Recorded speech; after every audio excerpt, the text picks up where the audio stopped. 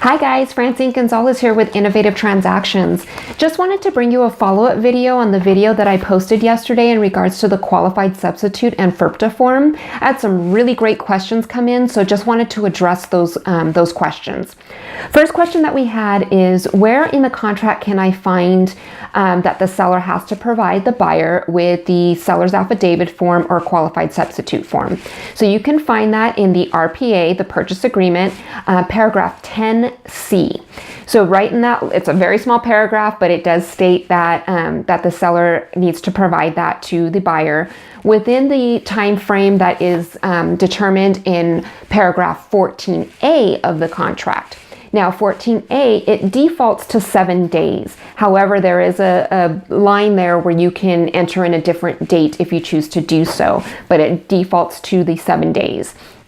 So the seller does have to provide the seller affidavit form to either the buyer or to the qualified substitute within the 7 days.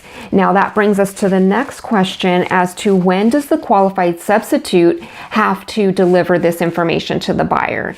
And there's actually, according to CART, there are no guidelines as to when the qualified substitute has to provide that QS form to the buyer.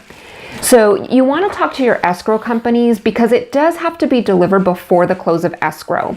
So talk to your escrow companies to make sure that they can get you that qualified substitute form signed prior to the close of escrow. You know, the sooner the better, but if you can just try and get that, to the buyer as soon as possible.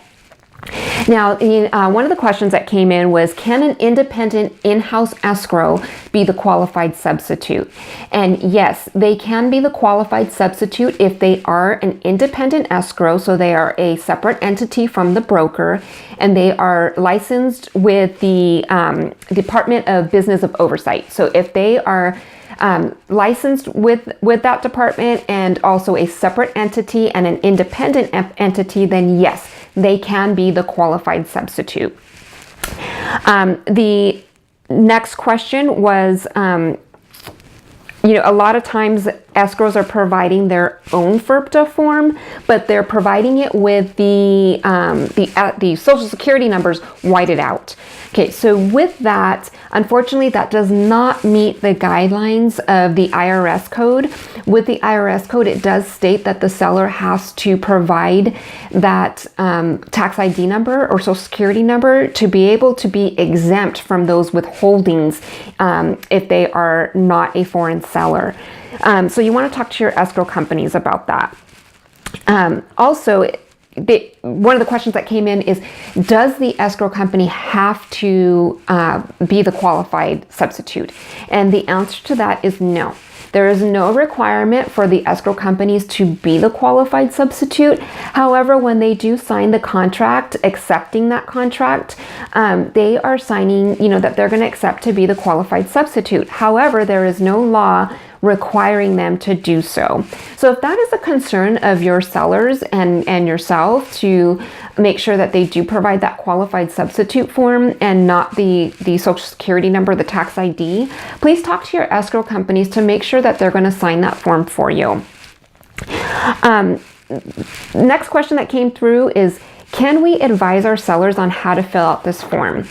My recommendation to you is to refer your seller to their tax advisor, their accountant, their attorney, some entity of that sort to help them with how to fill these out. We should not provide our sellers with information on how to fill them out, because there's tax implications, and we don't want to put ourselves in that situation where, we can put ourselves in liability if we give the seller the wrong information. And so lastly, one thing that I did not mention in my last video that I wanted to bring to your attention is there's also the CAR Form AB. This is the buyer's affidavit form. So you can use this form if the property is no more than $300,000 and the buyer is going to be using the property as their principal residence. So if those two items do apply, then you can use the buyer's affidavit form. However, talk to your brokers as far as what are their requirements for their files, because some brokers do require both. but some will accept the buyer's affidavit form as meeting that requirement. So I hope I was able to answer all your questions. If you guys have any further questions, please feel free to reach out to me. You can reach me at 951-833-7223. Or if there's any other topics you'd like me to talk about, or anything of that sort, please give me a call. Then again, the phone number is 951-833-7223. Thank you guys and have a great day.